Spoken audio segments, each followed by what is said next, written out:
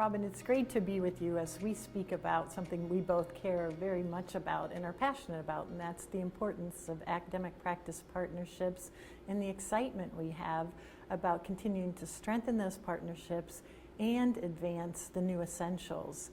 We both have known for quite some time the importance and the value of bringing academia and practice together. We saw how the development of the essentials was strengthened by working with practice leaders. We now have great excitement across both faculty and practice partners with what the potential for these essentials are for practicing nurses. And we know that they also have this ability to strengthen how we've worked together. But I think we want to talk specifically with people about, well, what does that really mean? And you and I saw some examples in the pandemic of how nursing, academia, and practice came together, but also continuing on, and we're thinking about advancing these essentials, how important they're going to be to the impact that students have, learning experiences, and then ultimately the competencies of practitioners. So what would excite you most about the successful implementation? Well, first of all, it's great to be here with you, Deb. And I think that what you said, I agree with everything. I would also add that we've really worked together pre-pandemic. I remember when we went to the Northwest gathering of deans and practice leaders, and that was probably 4 or 5 years ago now, and it was so impactful to see deans and practice leaders, chief nursing officers primarily, work together, beginning to really establish their relationships and go beyond, how many nursing students require clinical, experiences, but really begin to work together so that the process for a nursing student is seamless. And I think that that's one of the most important things, is that, you asked what I see as critically important. It is that we provide a framework and experiences during a nursing student's, time in the nursing program. And when they come out, not only are nurse leaders,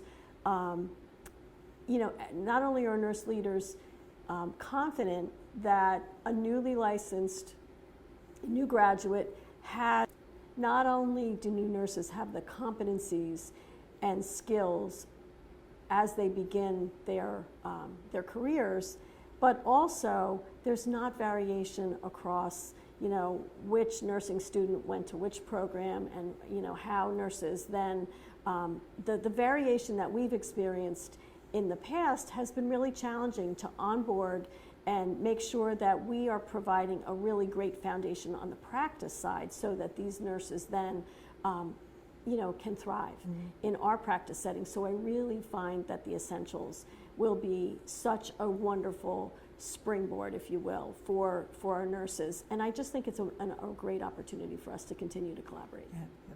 I agree, and I think, when you think about one of the domains is population health. Well, we know as a society, we're really just evolving in what population health is today and what it needs to be for the future. But as we work together as academic and practice communities in advancing these essentials, which have one of the domains is population health, it will continue to evolve how we teach students. I see an opportunity, you and I have talked about, where to open up learning experiences. There are tremendous challenges we're facing right now with clinical learning experiences, but when the essentials are one of the vehicles for change and strengthening this integration with academia and practice, together I believe we're going to be even more proactive about saying, oh, let's be innovative about different learning experiences that we may be able to create. And we're not just talking about acute care. As we know from the essentials, we're also talking about across the domains of care. So I see the opportunity for us to strengthen when we're talking about person-centered care, strengthen the contributions students are making and ultimately the profession in long-term care. The possibilities are limitless.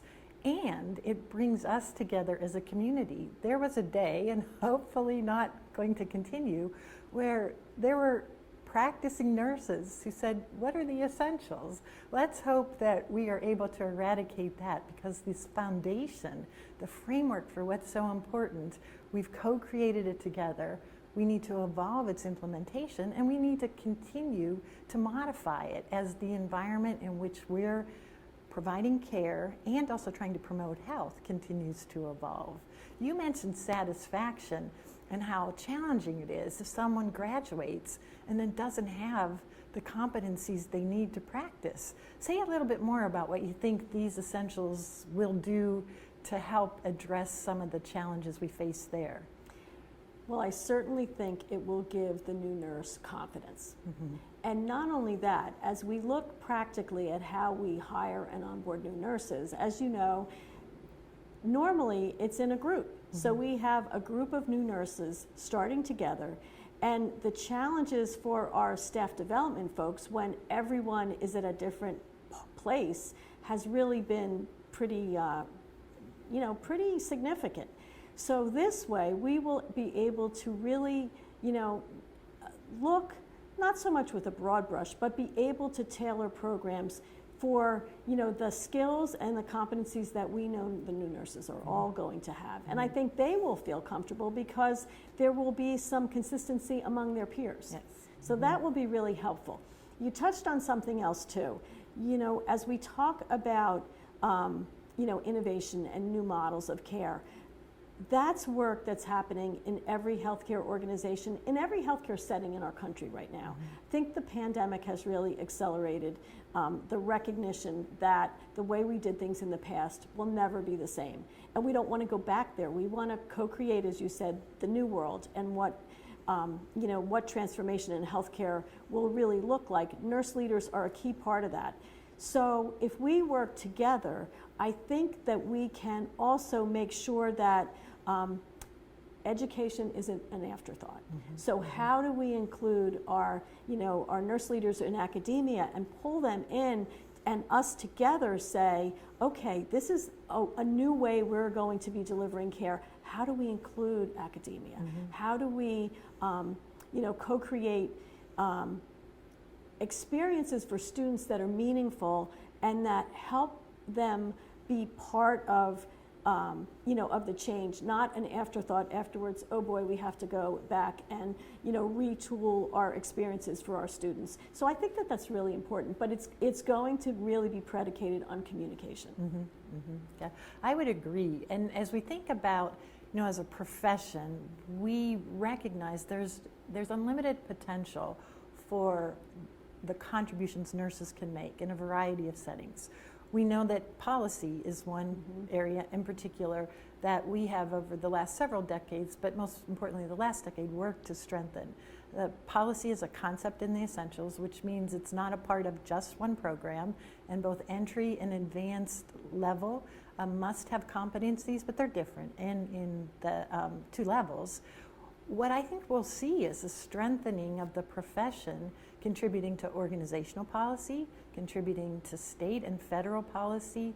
We'll have core competencies that don't currently exist today. They're more variable, as you and others have mentioned, based on the program that one attends. So having established those core competencies then gives us the foundation to really build upon what else needs to happen as one progresses in their career, as healthcare becomes more complex. I think very, very exciting in so many ways. The pandemic, you and I were together quite a bit, as we are even now, but during the pandemic, and appreciate that. We learned, for example, that some of the best places when there were challenges to get more bodies in the workforce, there wasn't just a one-size-fits-all. Competency-based education allows you for different models, not a one-size-fits-all. The competencies are common, but assessment continues to evolve. And we learned, for example, when some deans were approached and the practice leaders were saying, I need a workforce now, we had some deans say, tell me what you most need, because we know that the student, when they enter the work environment, is not going to be able to have the same kinds of support and preparation during this pandemic that they otherwise would have had. So what can we focus on to make sure that they know so that they're practice ready to go. I think the essentials are more of an example like that. They carry that a step further, so that we're doing that now more regularly, not just during the crisis. What does the nurse need to know at the different levels that's informed by practice? And that, I think, is also very exciting. And we heard about great models where that worked, where some institutions were able, and I think competency-based education could do that too, where the graduate is able to come out sooner and be competent to do the work. But in other places, it helps us focus more on what specifically they must know. And we heard that from several people that you and I talked to. Right. We heard great examples from around the country in ways that students were deployed. And of course, with oversight, with faculty right there at their side, but together with practice, we're really able to take on roles during the pandemic that, I don't know, were part of a traditional curriculum in the past, but it was the need. And I think, it was a wonderful learning opportunity for the students. And I think, to your point earlier about policy, I just think, for many years we've struggled about how to teach nurses and nursing students beyond the science and the technology of, physical caregiving, but to really learn the, holistic aspect of what a nurse is, and what he or she brings to the table from a healthcare perspective. I mean, I think the domains are just so perfect for positioning the nurse of the future. Yeah, I would agree with you. I think that by being so explicit about the domains, and those domains are consistent, the competencies and of course sub-competencies change, but the domains are consistent in entry and advanced. And if we adopt those throughout practice, the evolution of the contributions a nurse makes based on the domains, and we may need to change the domains in a certain number of years depending on how healthcare changes, but we'll stay relevant, consistent, and we will be partnering and collaborating, I believe, in a way that will further strengthen even the best academic practice partnership today. One of the comments that individuals have made is, well, why is this integration so important? And I know that you and I have talked about it, our associations have talked about it for quite some time, our board, our membership. We all know we can't make the kinds of contributions that our nation deserves if we stay in these silos. And these are essentials. They set the standards for nursing education, but they indeed are a model for how important it is for us to be integrated in this co-creation and capitalize on the strengths, that there are still distinct strengths in each of our academic and practice communities. We don't need to replicate those, but we need to be able to build upon those. Couldn't agree more. And I think, when I think back to my days in my nursing, my undergraduate nursing program, I was fortunate because I attended a school that did place a lot of emphasis on what we would now call the domains. Back at that time, that wasn't the terminology, but it really gave me a lifelong framework. And that's the beauty, I think, of the essentials, is that all, baccalaureate and master's and doctorally prepared nurses will have the same or similar framework. Some of the components might be a little bit different, but everyone will understand sort of, that it's the model for the profession. So I'm really excited about that. I think there's a lot of potential here. And I just think it's also key that, all of our leaders, academic, practice, we need to stay close together. So we need to communicate as we iterate the process. As you mentioned, Deb, in several years, we might need to tweak some of the work. But as this evolves from nursing education to hopefully then practice, it really will truly be seamless and a real partnership. And I'm excited. I think it'll be great. I am too. And I think the other opportunity, and we've talked about it before, we've used the word excited, we're energized. I would say not necessarily, this is not going to be easy in that, for example, competency-based education, I believe it's not a matter of if the healthcare professions are moving, it's when, because all of the healthcare professions, and ultimately higher education, or I believe moving to competency-based education. But what is so exciting is that together we'll learn. Together we will work on advancing the expertise we have today to an even higher level tomorrow. And that, as we do that, not only does that strengthen nursing, we'll be role models for what can happen across the other health professions, working with other health professions as we're doing already, but also even higher education. There's an opportunity to help strengthen, the value of higher education to help achieve these outcomes we want to see in healthcare, but also, across the other professions as well. So I'm excited about that. Me too. And like you said, it won't be easy. No. There are many challenges, but working together, I think, as we've talked about before, it allows us an opportunity to make progress that our best efforts independently are unlikely to achieve. And the progress is importantly the competency of the nurse, the advancement of excellence for the learner, but ultimately it's the recipients, the patients, the communities that we serve. And that's what I know all of our combined constituents get excited about. Right. But learning together is going to be easy and hard for all of us. That's the reality of when you are evolving something new, innovative, and exciting. Agreed.